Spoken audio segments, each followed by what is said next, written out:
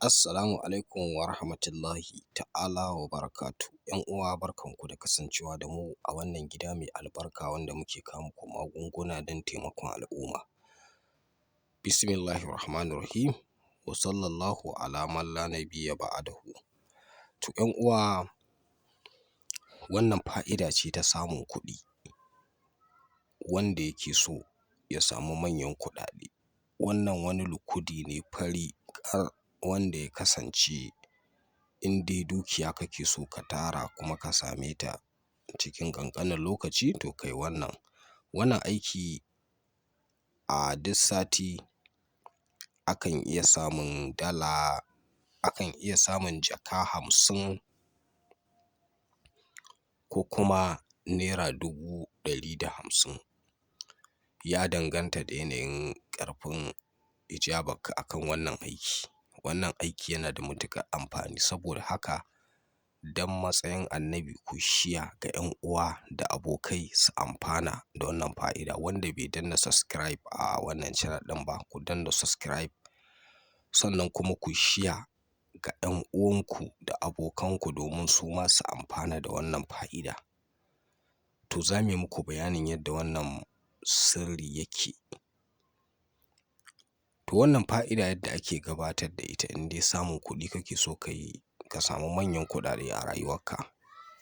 Wannan jalabi ne wanda za ka na samun kuɗaɗe suna shigowa ta kan harkokinka, wanda ko ba ka da sana'a bi'iznillahi za ka dinga ganin alkhairai suna zuwa ta kan harkokin da kake yi. To ina fatan mutane da yawa sun fahimci abin da nake nufi. Ba sirri bane na tasrifi da wani zai ce za ka yi shi take ka fitar da shi. A'a, Allah ne zai dinga buɗa maka akai-akai a cikin harkokinka har ka samu irin abin da muke bayani a kai. To yacce ake yin wannan aiki za mu ci gaba da yi muku bayani, amma kar ku manta dai ku daure ku yi share ɗinsa. Mun ba da izinin wannan sirri namu ga wanda suka yi share ɗinsa, sannan kuma ga wanda suka danna mana subscribe da liking a cikin wannan channel tamu mai albarka. Farko za ku samo ƙwai guda 3. Idan kun samo ƙwai guda 3, za a samo baƙar maka ko jan maka. Sai ka rubuta tauraro na iskafi. Amma farko yadda ake yi, za a rubuta tauraro na iskafi, shi ake rubutawa.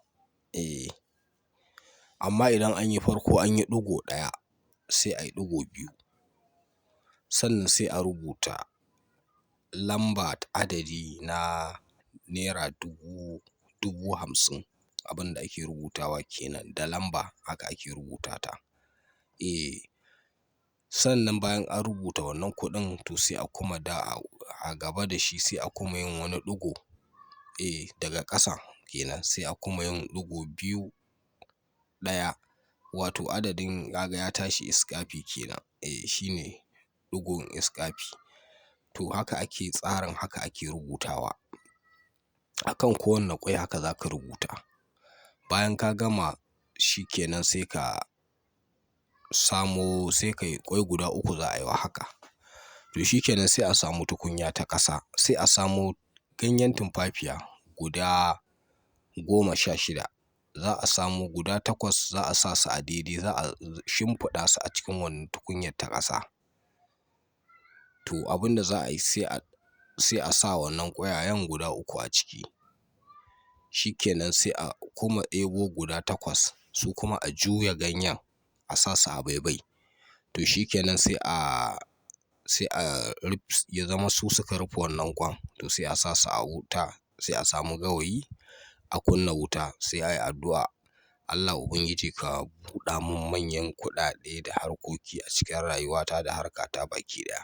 Bayan ka gama wannan addu'a sai ka rufe murfi. Bayan ka rufe murfin sai ka kunna wuta, sai ka bari sai shi wannan ƙwan za ka ga ya gasu. Ba a zuba ruwa ko kaɗan a ciki.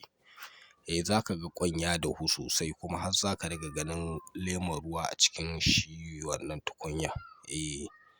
Ƙwarai da gaske ba a sa ruwa amma kuma zai dahu yacce ake so.